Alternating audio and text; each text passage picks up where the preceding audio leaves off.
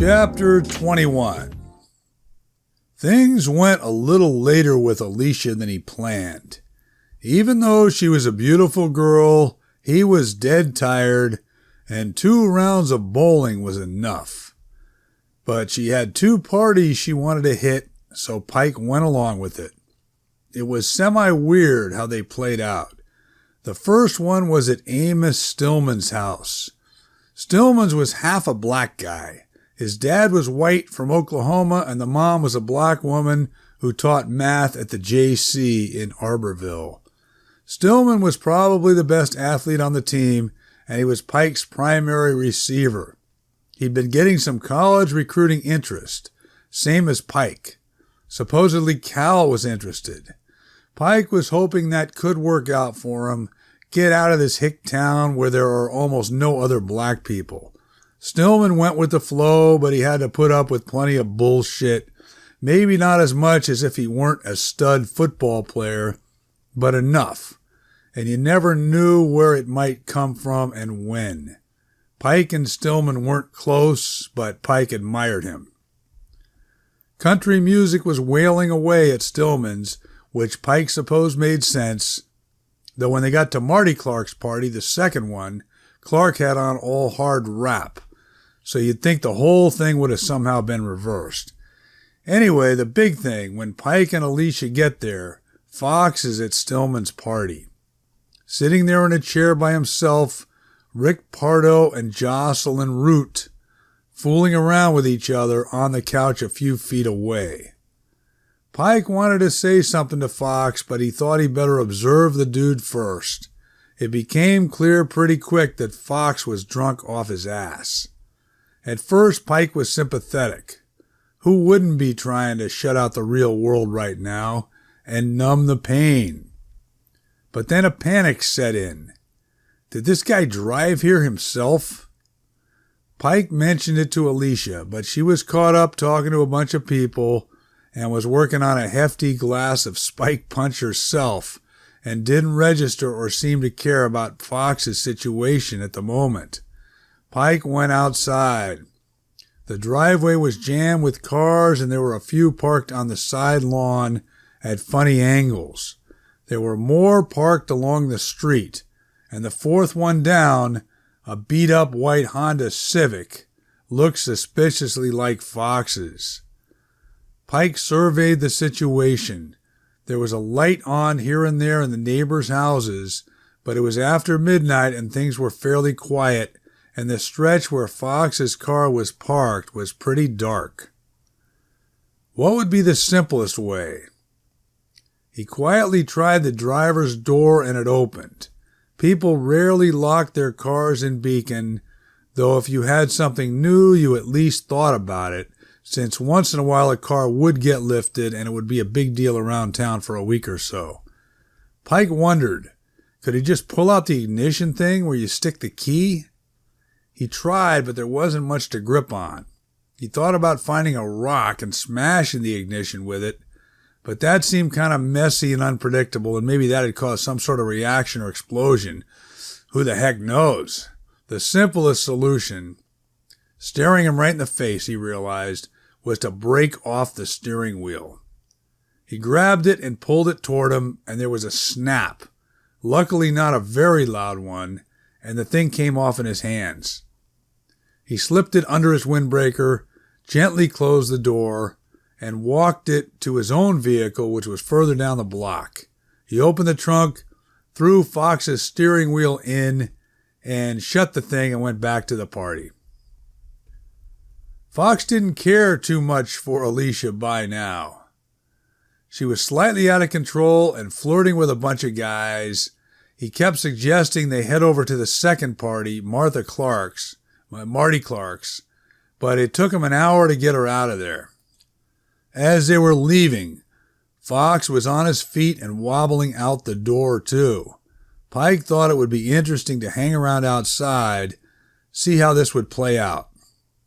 But Fox was with another kid, Artie Conklin, and they turned the other way, up the block, and before Pike knew it, they got in Conklin's car and drove away. Alicia said, "What's wrong?" Aren't we going? Pike stood there scratching his head. Several people had spilled out of the house now and had also watched Fox go. No one said anything about his dad at the party, but now that he was gone, everyone was talking about it. Someone said, "Guy has a lot of nerve showing his face here, you know it?" Someone else said, "Come on, you can't blame him. He didn't do nothing." A third person said, "All's I know, if that prick drove here, I would have blocked his car for sure." The first one said, "You got that right. I would have gone a step further. Smashed him in the face, then punctured all his tires. A-hole sitting there blitzed out of his mind just like his old man. A damn shame Audie's dad didn't finish the job." The Fox part was over and the crowd filtered back into the house.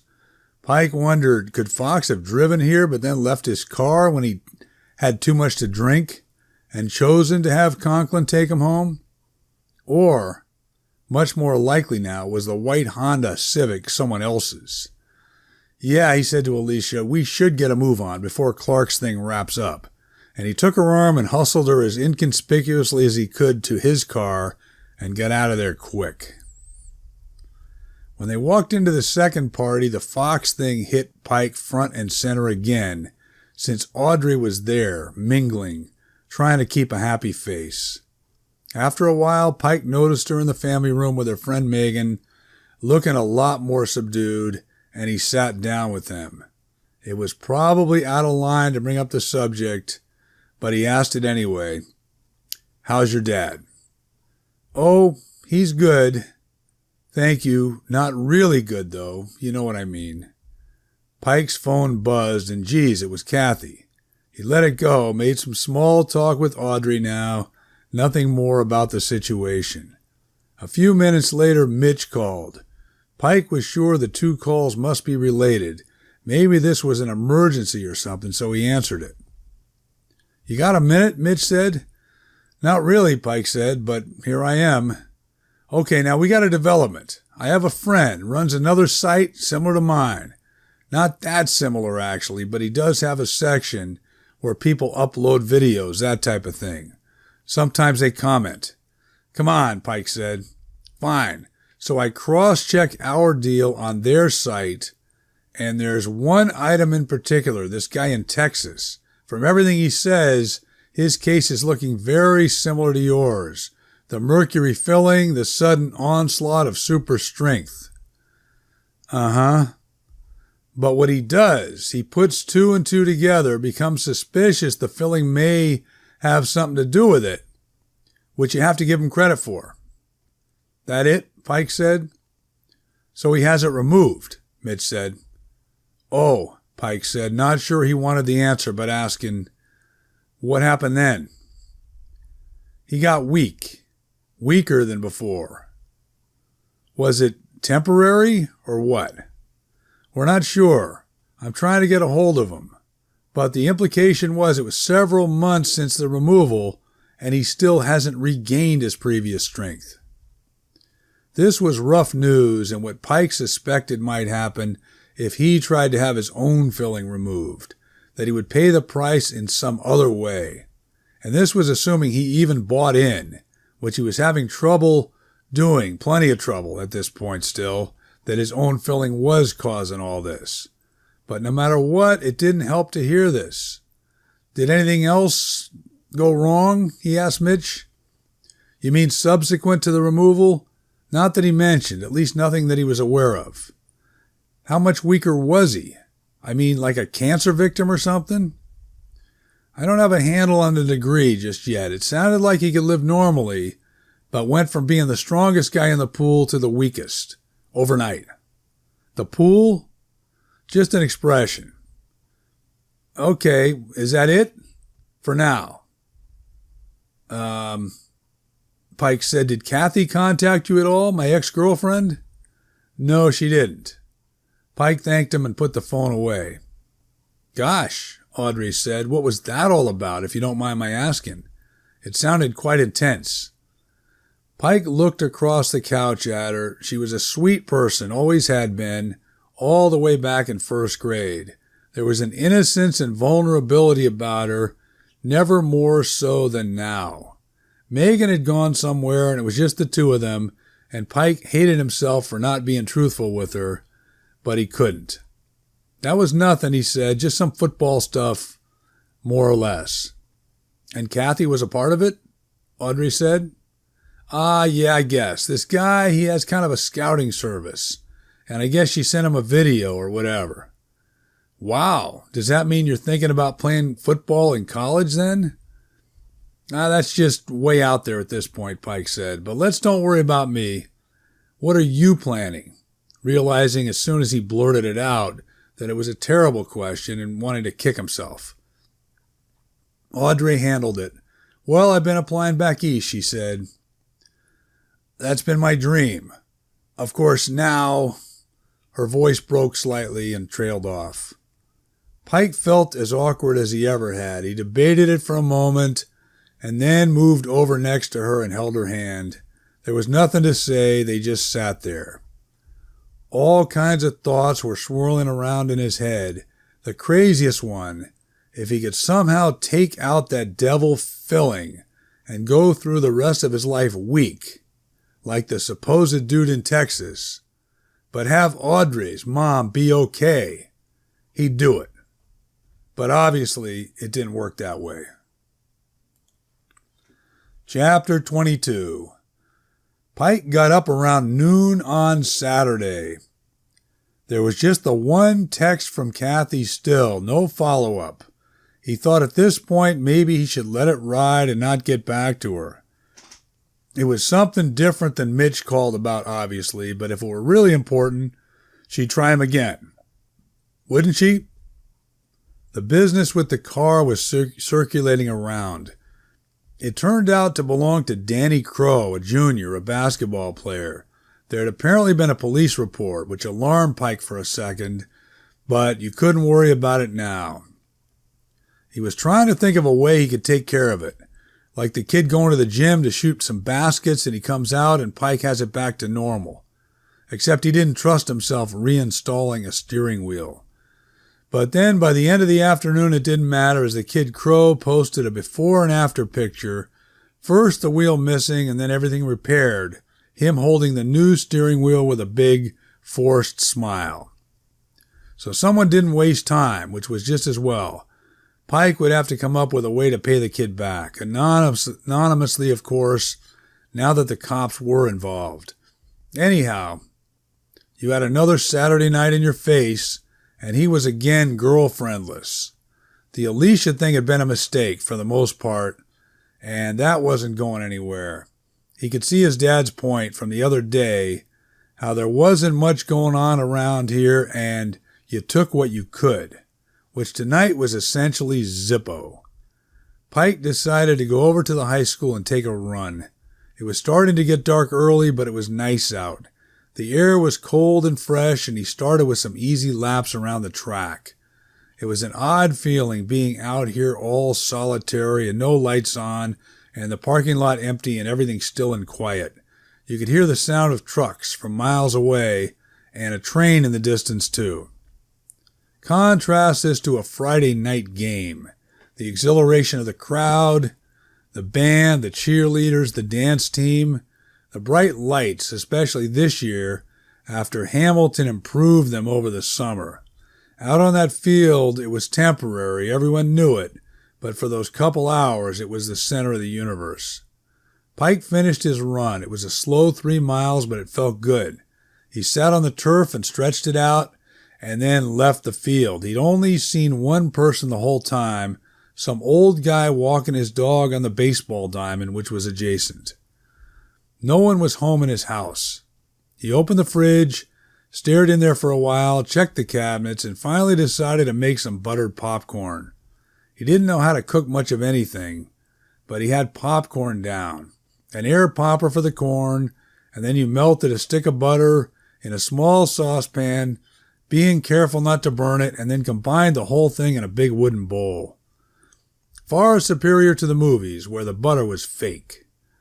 He took the bowl of popcorn up to his room, showered and got comfortable, and settled in at the computer. He felt stupid, but if you can't beat him, then maybe join him. He began to Google materials in dental fillings and sources of amalgam fillings. It was basically chaos trying to come across any results that made sense.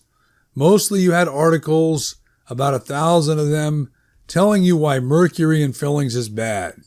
There were other articles challenging the first ones, saying that the mercury in modern fillings has been altered and is not dangerous anymore. Pike didn't give a flying frig about any of that. Finally, after sifting through several idiotic pages of results, some blogger explained what was in the damn fillings. Apparently they were made of half mercury and half an alloy. The dentist mixes liquid mercury with the powdered alloy, it said, to make a putty. They put the putty in the tooth and it hardens. The alloy is a combination of silver, tin, and copper. So, whoopee, there you had it. It was after 10 and Pike was ticked off that he just wasted so much time. He'd never returned that call from Kathy, so what the hey? Maybe.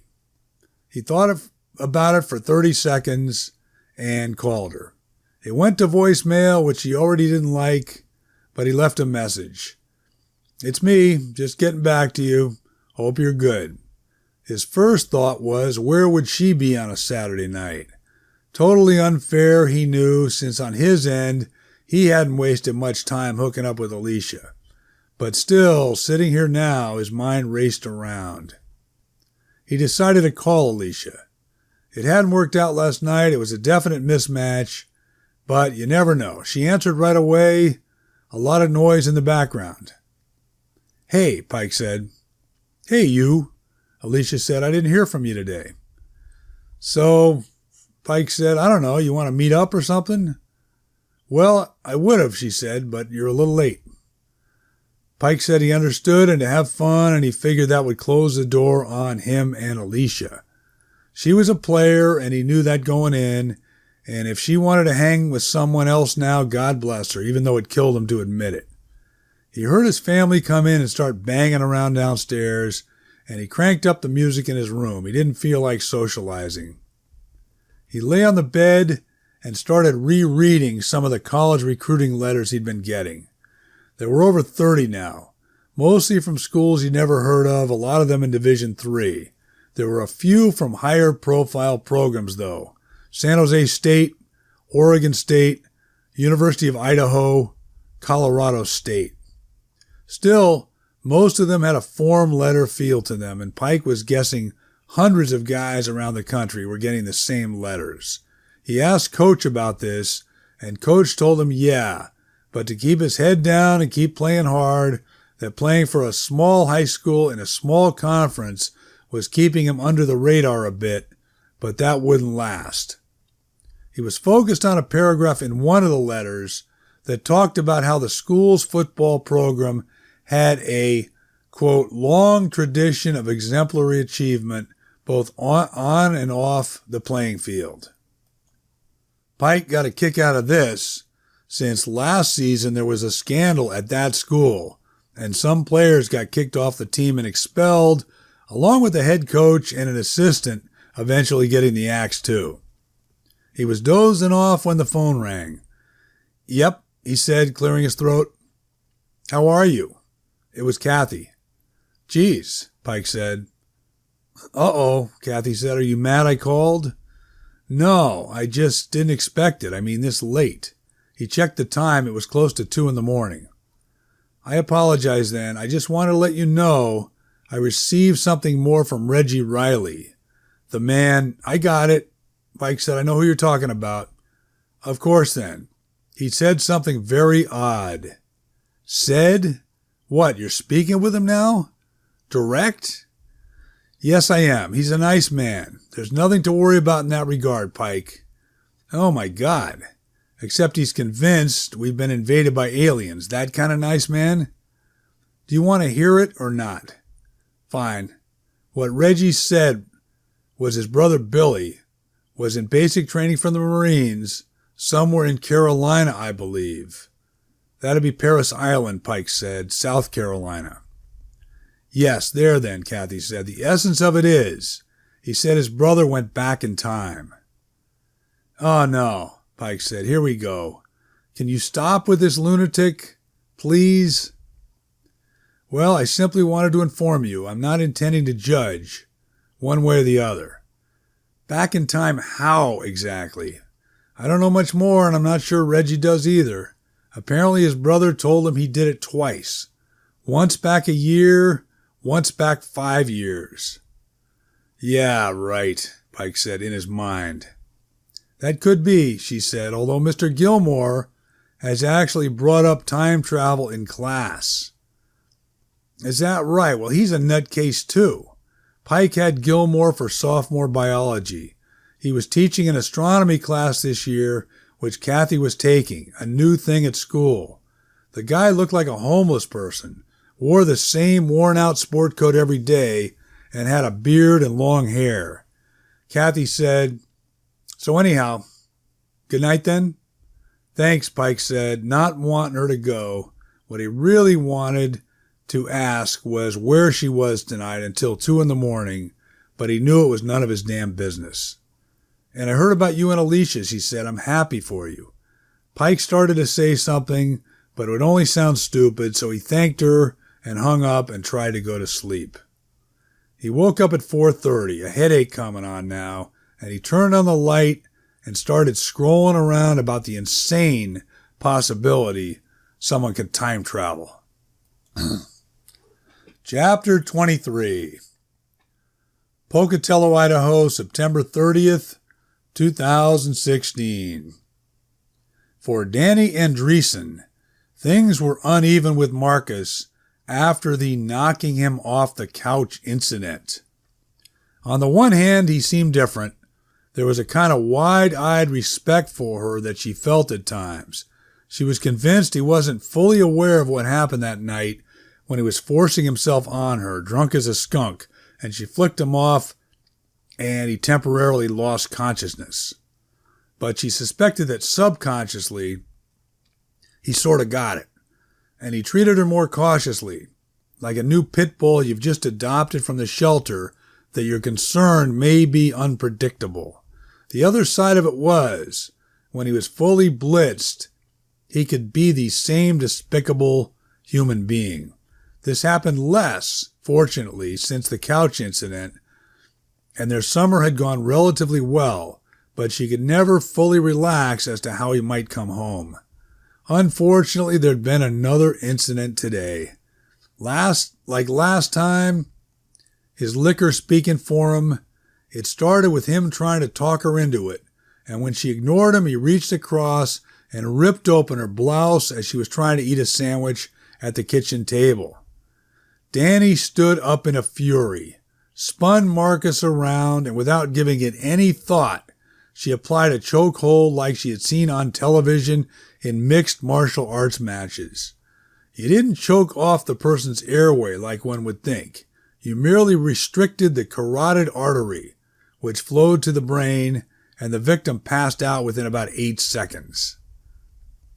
Danny had actually researched this move and studied it on YouTube prior to her revelation, as she liked to think of it now, which was the day she started smoking her bike in the spin class and first learned that she had this super strength. Learning the rear choke seemed like a good idea, even back then, a technique she might have to rely on at some point in her life in a worst-case scenario.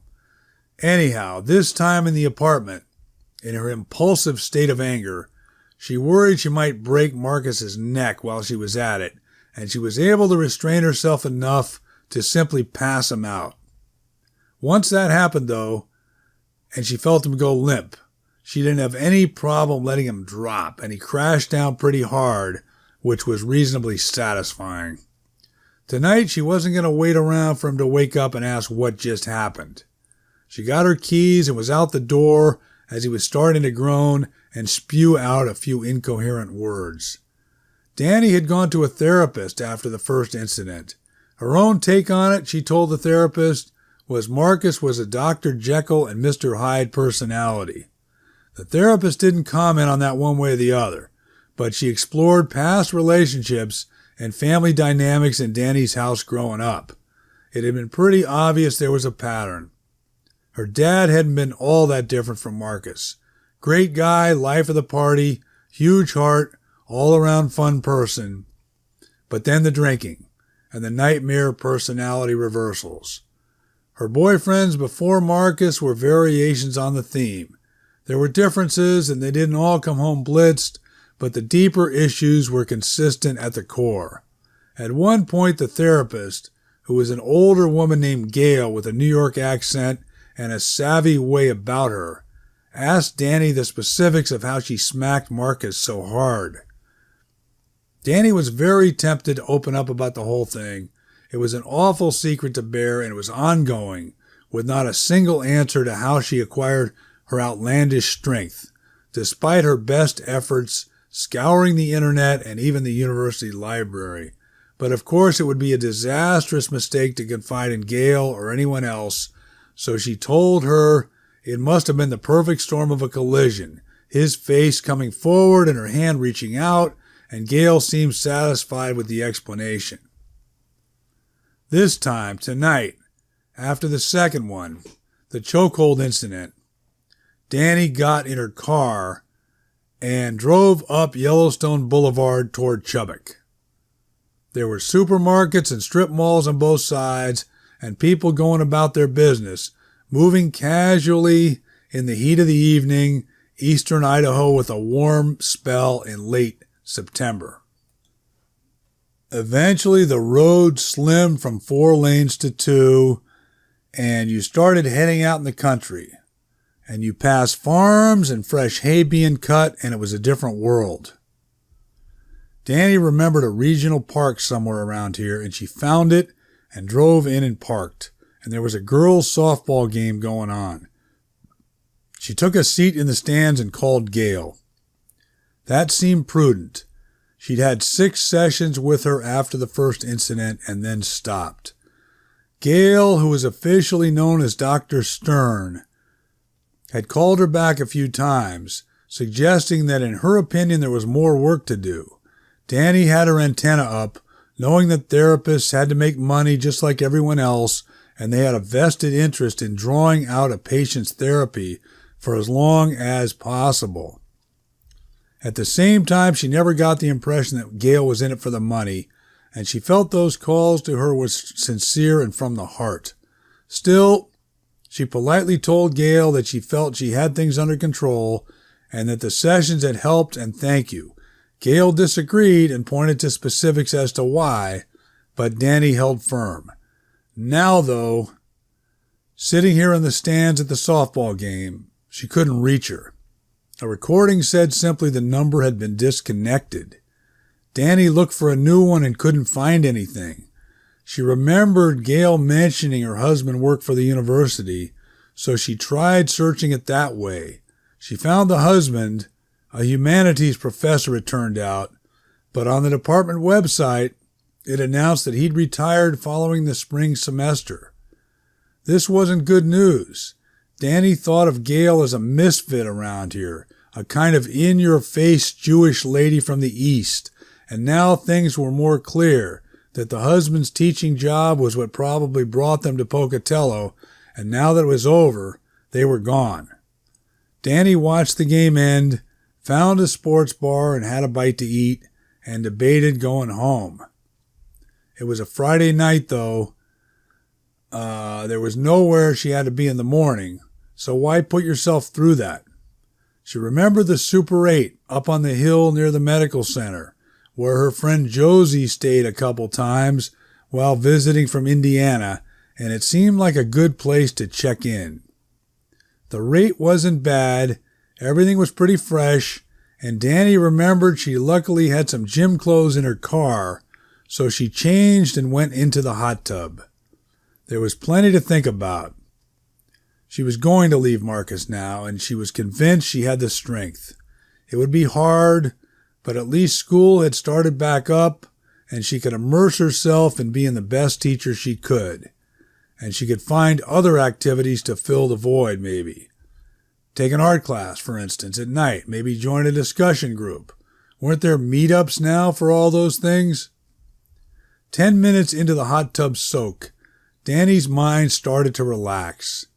It was only a bump in the road.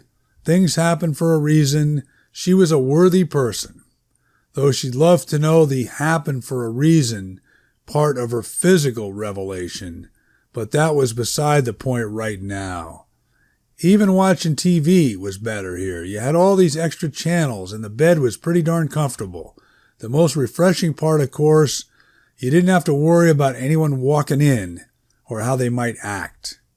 Checkout time Saturday morning was 11, and Danny milked it right to the end. First, she went down to the lobby for breakfast, and it was an impressive spread with Danish pastries and make-your-own waffles and assorted fruits and pretty good coffee, actually. She took a walk up into the hills where they'd built a cluster of luxury houses, and she pictured people's lives up here, the spaciousness of the homes and the commanding views, very different than the life she knew. She had a half hour before checkout, and she squeezed in one more hot tub session along with some laps in the pool and headed home to South 5th Street. The fortunate thing, Marcus had an indoor soccer league he played in on Saturdays, and he'd mentioned that this week they were playing a tournament in Boise. So that would occupy him most of the day, which was good because she frankly needed the time to figure out the best way to tell him it was over and to brace for his reaction. Danny turned the key and was alarmed to hear a college football game blasting out of the radio in the kitchen. She cautiously took one step into the apartment and waited, and then called his name. Marcus didn't answer. The bedroom door was open, and she peeked in. The bed was made nice and neat. There were no clothes laying around. In fact, the apartment overall looked cleaned up. Danny put her keys down and laid her purse on the table and closed the front door. Thank God. Marcus had obviously just left the radio on, either by accident or maybe for security, which wasn't the worst thing, since he'd be gone all day and he didn't know when I'd be back. There was a muffled sound from down the hall, and for a moment, Danny thought it was street noise reverberating through the apartment. Then Marcus appeared coming out of the bathroom. He looked badly disheveled, like he hadn't slept, and was wearing a sleeveless t-shirt and a tattered pair of long johns, and his feet were bare. He was holding a glass bottle of liquor in his left hand.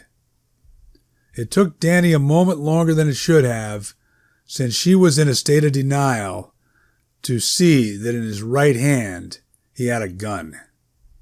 She knew a little bit about guns, having grown up with a dad and uncle who were avid outdoorsmen.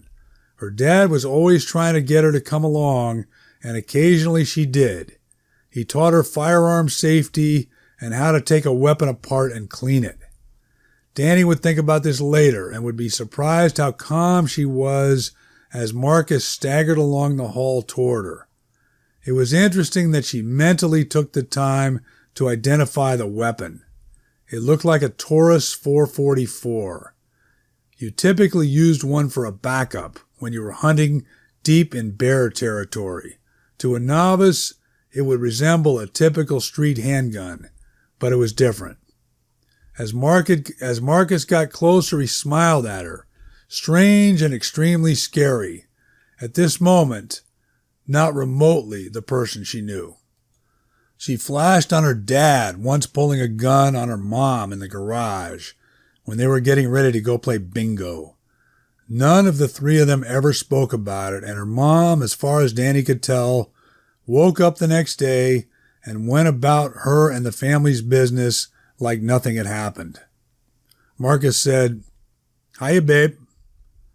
For whatever reason, Danny focused on a drop kick as what might save her. It was a weird notion to have pop into your head. It seemed like wrestling was always on in the house when she was growing up.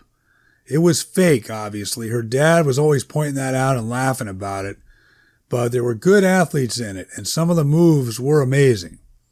There was one wrestler she particularly enjoyed, partly because he was dark-skinned, but had a long blonde mane, and she had a bit of a crush on him. Eason Detox Alexander. His signature move was the drop kick, where he'd fly up in the air, deliver the blow, and then land on his back. The blow always either won the bout outright or at least turned it around from when it looked completely bleak for Detox. Marcus was about 8 feet away, waving the gun casually. He said, "What?" "I said to you, 'Hi, babe.'" "Don't believe I heard you answer me." His upper lip started to curl back. Danny visualized it for a split second, felt she had it, and leapt toward him, bringing both legs to her chest and then thrusting them forward in an explosion of power and fury.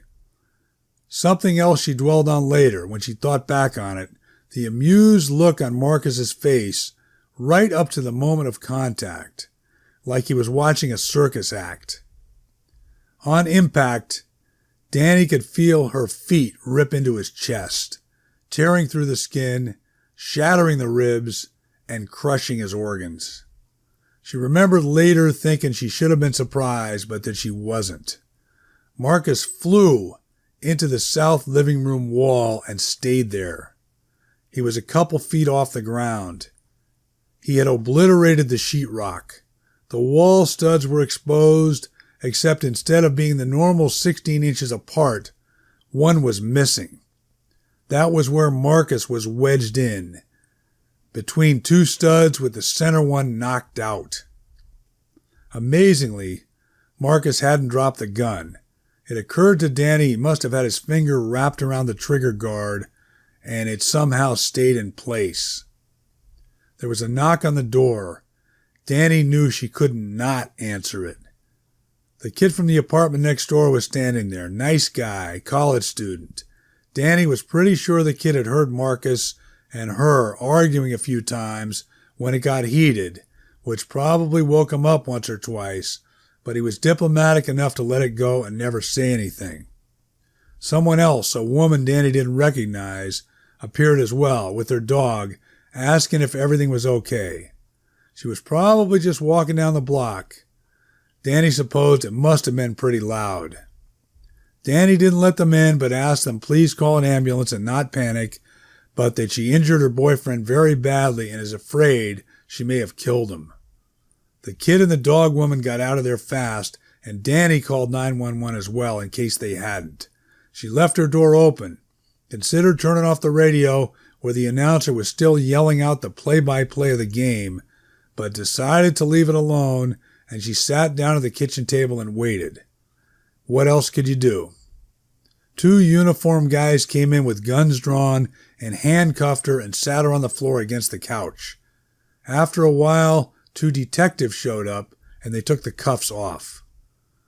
Marcus was DOA, the way they kept putting it, and the police sent away the ambulance, and a crew with forensics on the backs of their shirts came in and tried to go to work. It wasn't easy. Marcus wedged up and in there in the awkward position, and Danny couldn't help wondering if it might be at all tricky to extricate him. Pretty soon the detective's questions were coming at her from all angles, and she responded as best she could. He was moving toward me with the gun, and with a burst of adrenaline, I suppose, I reacted and kicked him backwards. There was a mean detective and a friendly one, which was how Danny was pretty sure it worked. "Uh-huh," the mean one said, "and stuck him in the wall then. You're a pretty hot lady, you don't mind my saying. Plenty feminine and all." The friendly one cleared his throat. "Ma'am, what Buzz is getting at, we're wondering, doesn't what you're saying happened seem out of character? I mean, if you were us, wouldn't you think so?" "It was an abusive relationship," Danny said, keeping it frank. "I'd finally made up my mind that yes, I had the strength to break up with him." "The way it looks, that ain't the only strength you had," the mean one said. "All's we're saying," the nice one said. "You had to have some help here. Will you at least grant us that?" Putting on his best Sunday smile, I mean, let's all use a modicum of common sense, he said, motioning his head toward Marcus, but neither of them glancing over there. Danny sensed that even these veteran detectives were cringing slightly at the view. I can understand your impression, she said, but as I've been telling you, I surprised myself as well. Again, all I can chalk it up to is a massive survival surge where I feared for my life. I'm not sure what else I can give you. The detectives conferred privately for a minute, and then the nice one said she'd have to come to the station with them. No handcuffs, no charges, but to please cooperate. Riding in the back of their black sedan, unmarked, Danny wondered, did she actually need a lawyer? And if so, who would she call? But at the police station, everything seemed casual. They asked her what she wanted to drink, and she said coffee, please, though what they brought her had been sitting for a while. They ushered her into a room with a long table and a leather couch that didn't feel like an interrogation room, and they had her fill out some paperwork which to Danny appeared boilerplate and routine. Essentially, she was making a police report. Then another detective, or maybe the chief one, who knows, came in and asked her the questions the other two had asked, but he spun them slightly differently. At this point, Danny suspected they were trying to trip her up, get her to change something in her story, and she politely declined to answer any more questions. An hour later, they let her go, and a uniformed cop drove her home. Marcus's death was on the news that night. Danny watched carefully and was relieved there was nothing graphic or detailed about Marcus being shot into the wall like he had been. Danny thought about it and realized the police were holding back details, which was probably quite typical where a case was still wide open. She checked online Sunday morning, and several local papers had picked it up, but it was all the same one story written by Lincoln Paul of the Bannock County News. Pocatello man killed in alleged domestic violence dispute. October 2nd, 2016.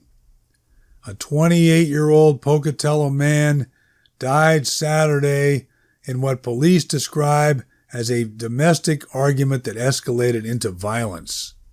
Marcus Roberts of 128 South 5th Street was pronounced dead at 2:47 p.m. in the apartment he shared with his girlfriend, Danny Andreessen. No one has been charged, according to police. During the alleged dispute, Roberts brandished a firearm, authorities said. Andreessen then reportedly kicked Roberts in the chest, and he allegedly fell backward and never regained consciousness. Roberts was a 2012 ISU graduate and most recently worked as a computer coder for Arc Tech Systems in Chubbuck. Andreessen is a second-year kindergarten teacher at Oak Grove School in Blackfoot. A Pocatello police spokesman said their investigation is ongoing. Nothing terrible there, fairly tame in fact, except Danny didn't like the ongoing part.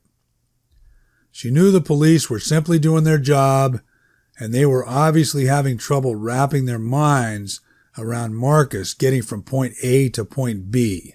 But still. There was a family from last year from school that Danny became friendly with. They told her their son loved being in her class every day, and they gave her a little gift at the end of the school year. The husband was an attorney.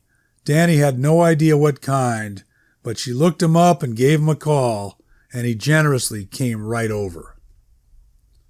The attorney, Austin, asked her to retell it, listened intently, and said he knew someone downtown, as he put it, and to not worry, they should be able to resolve it on Monday.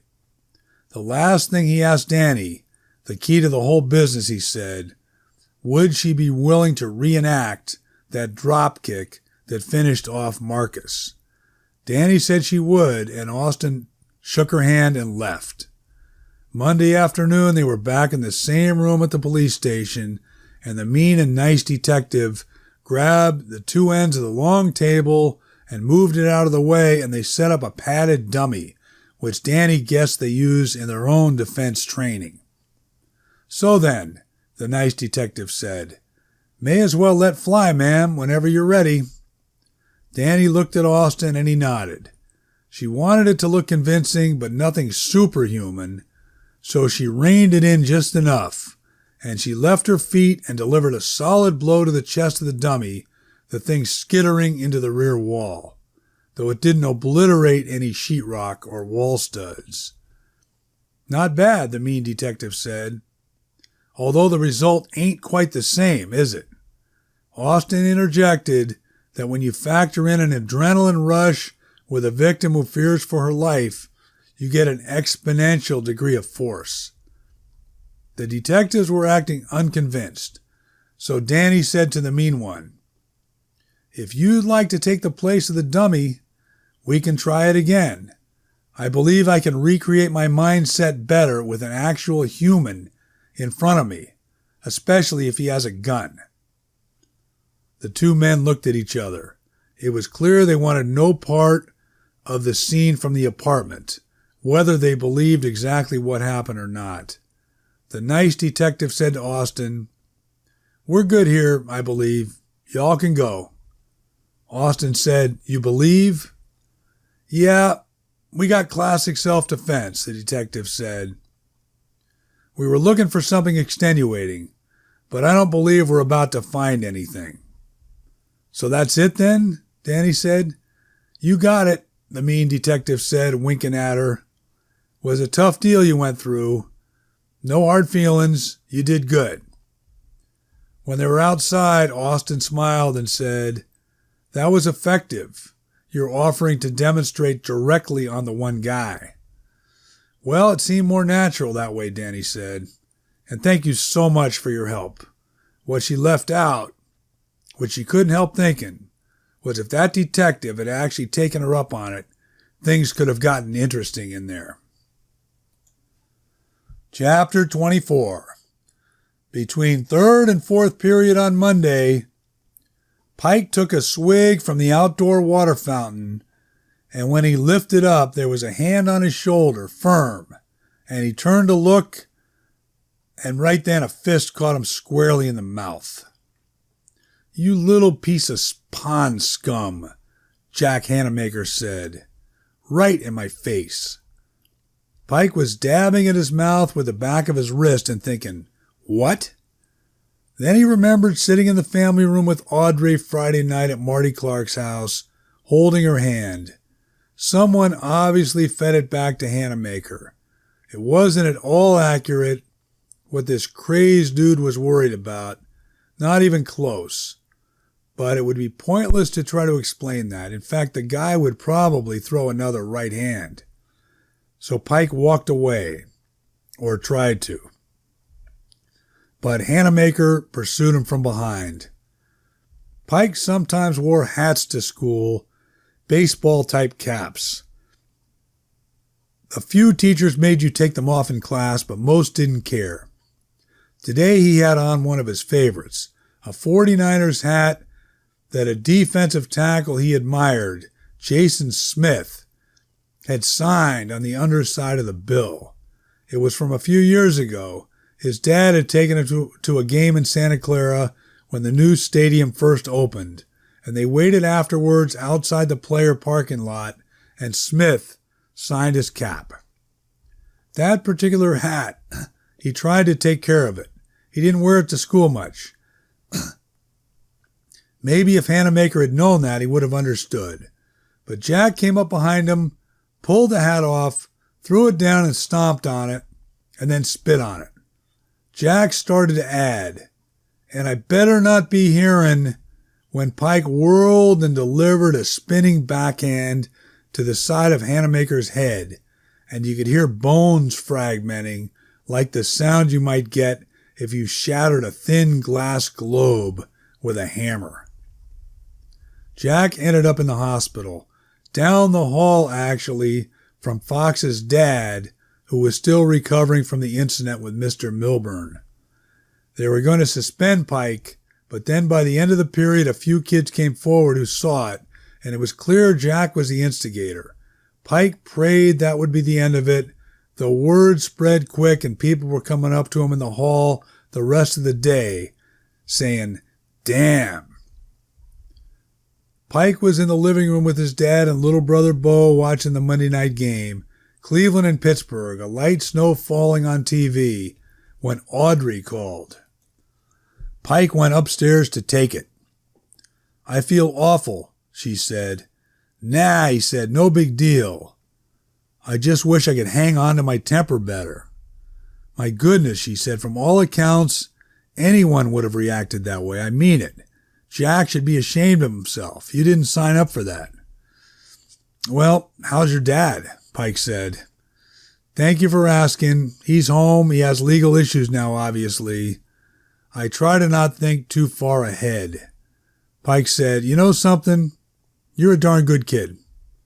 "Kid?" "Yeah, daughter. And yeah, kid too." "You're funny," she said. Pike said, "They say how long Jack will be in there?" "Yes," Audrey said. "At least a week, maybe more. Apparently it depends on how soon they can schedule the surgery." "In that case," Pike said, "would you feel like going out this weekend?" There was a silence. Pike was certain he'd stepped way over the line and that this development didn't sit well at all with good, wholesome Audrey, especially with her tragedy still sickeningly fresh. "Sure," she said. "You're kidding," Pike said. "All right, forget it then," she said. There was a slight, playfully devilish touch to the way she said it, and it was a wrong time to be thinking about it, but he couldn't help wonder what else might be underneath the surface.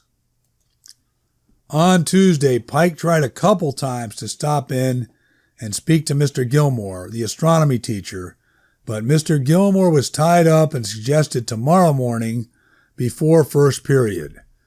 It killed Pike to get up a half hour early, but he did, and he met Mr. Gilmore in the teacher's lounge on the third floor. Pike couldn't believe what a mess it was. Newspapers and magazines strewn all over the place, plus some used beverage cups with straws sticking up out of them, and a couple of jackets laying there on the floor, like little kids in elementary school forget to bring home. Geez. Mr. Gilmore was drinking what smelled like a strong cup of black coffee. "Not sure if you remember me," Pike said. "Gillette? Sophomore biology?" "Of course I do," Gilmore said. "I don't forget many students, and it's always a pleasure when they come back, as you are doing. As I recall, you were a nice boy, respectful, a bit of a class joker, and an indifferent student, which is fine." "That's a polite way of saying I got a C, I guess," Pike said. "Oh, I've long maintained that grades at the senior high school level, and even in college and beyond, are quite unnecessary. We need to rethink our approach." "That'll never happen, though, will it?" Pike said. Mr. Gilmore liked that and nodded. "Doubtful indeed. But if our young leaders step forward, and I'm including you in this grouping, we can effect gradual, if not dramatic, change." Pike fiddled with a loose pencil. "Sounds good," he said. Mr. Gilmore said, "But that's not why you've come in, I don't suppose." "No. Sir, my question would be, can we travel back in time, even though you never hear of anyone doing it?" The teacher lit a cigarette. "Don't tell anyone I'm smoking," he said. "Now the question you pose, it's a most interesting one, of course. There is evidence that even primitive man pondered the same concepts on some level. It's part of the human condition, I'm afraid." "I'm more wondering about today, scientifically," Pike said, "or even some other way. Ridiculous to think anyone really could, though, right?" Gilmore took his time. "I'm afraid it's not for me to interpret could or couldn't, Pike. Suffice it to say, there's a segment of science now that is looking hard at the concept of interdimensional space. It would logically follow, then, that interdimensional time is conceivable." Fine, whatever. Bottom line, can anyone cross into those other dimensions then? Is my big question, I guess. That is one theoretical belief. Yes, it is, the teacher said.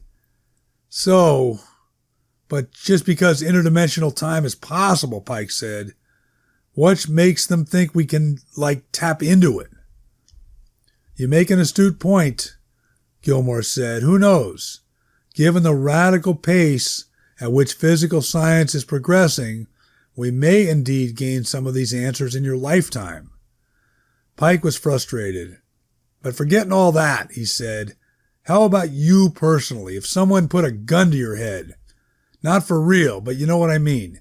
You believe in that shit? I do, Gilmore said. Not as eminently logical as the existence of other civilizations and so on, but I believe our ability to venture back in time, and possibly forward as well, is substantial. Pike let out a big, built-up exhale. Now you're touching on something else too, he said. What, you think those other civilizations, they can visit us? Oh, absolutely. And not to add too many layers of complexity, but there are those who theorize that our own species, from the distant future, has done just that. Holy shit, what a nutcase this dude is turning out to be. Hold on now, Pike said. You kind of lost me there. If we could just deal with the first part, saying there were civilizations out there, which seems totally unlikely, how the heck could they ever get here? The teacher smiled. I like your spunk. Let me insert also what a pleasure it is to have a student be passionate about these universal questions when you have clearly developed a curiosity on your own and nothing to do with a class or a paper or worse, a college application. What does that mean? Pike said. Oh, I've had students from time to time stop in during office hours and discuss scientific issues beyond the scope of the class. I can tell when their heart is not quite in it, however. Not surprisingly, the student later asked me to provide a letter of recommendation for a college application. That's not a bad strategy, actually, Pike said. If I were college material, I'd try that too. They both laughed a little. You are, of course, Gilmore said, college material. I'm honestly not. But now with football, I have a shot. I'm getting letters from schools, scholarship offers maybe, just not sure what I want to do about it. I see. Meaning, I may just want to be a regular guy. Does that make sense? It certainly does. And being an irregular guy makes sense as well. Oh boy, thought Pike. Anyhow, he said. Yes, where were we? The teacher said. Your question was regarding the ease of interplanetary or even intergalactic travel. Mr. Gilmore's phone rang and he answered. Mary, stop yelling, he said into the phone. Oh, yes? Well, you go fuck yourself, too. He put his hand over the mouthpiece and told Pike he was sorry about the language, but he needed to take this, and Pike picked up his stuff and waved a thank you, though he wasn't sure what he was thanking him for, and got on with his day. Chapter 25. Hamilton was playing Curtis on Saturday, a rare afternoon game, and then they had an off week, a bye, and then one more game at home before the sectional playoffs, which they were already penciled into, probably even if they managed to screw it up royally these last couple games, which was unlikely. They were looking good at 5-2. They lost their opening two, but those were against outside opponents and didn't count as league games. Then, starting with the Belmead game, they'd gone undefeated, all in CFC play.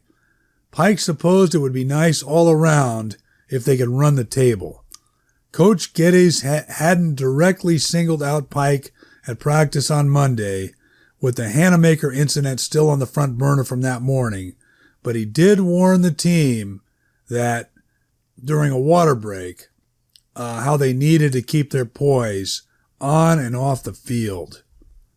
Tuesday had been practice as normal, but Wednesday, the day Pike met with Mr. Gilmore, Coach took him aside and told him if he heard one more unfavorable thing, he'd be suspended from the team. He didn't give a rat's ass how well he was throwing the ball.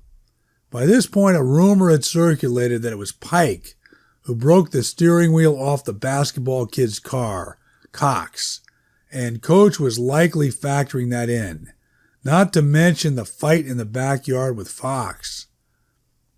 Pike kept quiet and nodded his head.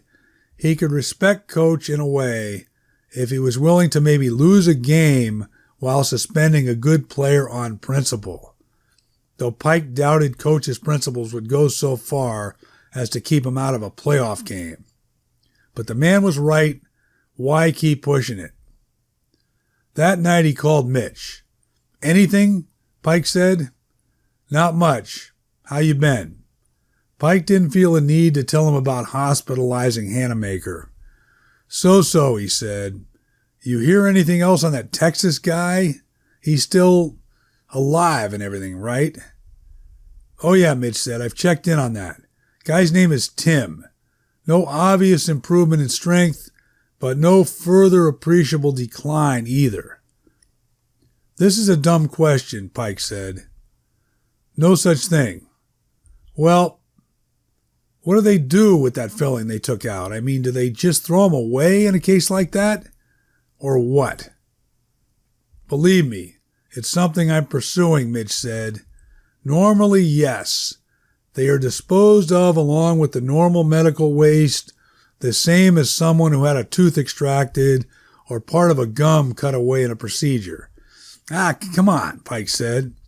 "In this case, it's unclear right now what happened to it." "Oh, great. And why is that?" "Just a feeling I have. Tim was slightly vague when I brought it up." "What? You think it may have held on to it?" "There is that possibility." Pike said, "So ask him what happens when he puts it back in his mouth. Or holds it in his hand or whatever. Ask him like you already know he has it, and see what he says." "That's pretty good," Mitch said. "Something else I'm seeing. Sounds like you may be buying in after all." "Let's not get carried away," Pike said. "I'll admit I did look up what was in the damn things just to educate myself." "Fair enough. No need to admit it, but you're wondering the same thing I am. Was there something different in this one?" Pike didn't want to go there, so he said, "All you UFO believers and whatnot, going back in time part of all that too?" "Interesting you apply that part of it now, Pike," Mitch said. "Where'd that come from?" He didn't want to tell Mitch for now about Kathy's latest conversation with Reggie Riley. He said, "You say that part of it like they're connected." "I believe some are," Mitch said. "Some alien travelers observing and or visiting the Earth may indeed be we humans from the future. At least that's one theory." "Oh my God," Pike said, but this was sounding eerily like something Mr. Gilmore mentioned too. "Of course, the theories abound," Mitch said. "I'm sure you've been following the Hubble telescope. We are consistently detecting Earth-like planets now, and they're guide stars which aren't nearly as distant as we once believed." Yeah, just work on finding out about that filling, will you?" Before Mitch could answer, Pike said, "I apologize. Stuff's been going on. I wouldn't want to bore you with it." "Understood completely," Mitch said, "and no offense taken, and there never will be. I'll catch you later, son." And Pike thought, could that be the key to the whole friggin' thing? Some doofus in Texas who may be keeping a disgusting old metal filling wrapped in Kleenex in his top drawer? The Curtis game went fine Saturday. It was on the road, 70 miles away, but a healthy amount of Hamilton students showed up. Curtis was stuck with a little guy trying to guard Amos Stillman, and Pike could have completed it there every single play, but there was a point where you don't want to be a bunch of jerks and rub it in. Even so, Hamilton won by 26. Pike was nervous about going out with Aubrey that evening. It was a different feeling that he had on first-time dates in the past. He knew it had to do with the tragedy, that it was way too early for Audrey to be thinking clearly. He was second-guessing himself. Not on account of the Jack Hanamaker thing.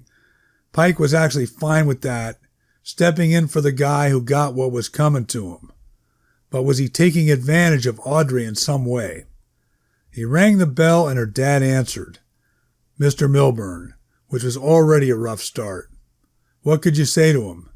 Mr. Milburn was courteous, and Pike thinking he was amazingly composed, considering the situation, and he sat Pike down in the living room while they waited for Audrey. Haley stuck her head in for a moment and said hi. Mr. Milburn asked Pike about school and football and how his parents were, just like a normal, pleasant father might do who didn't have a wife who got murdered 2 weeks ago.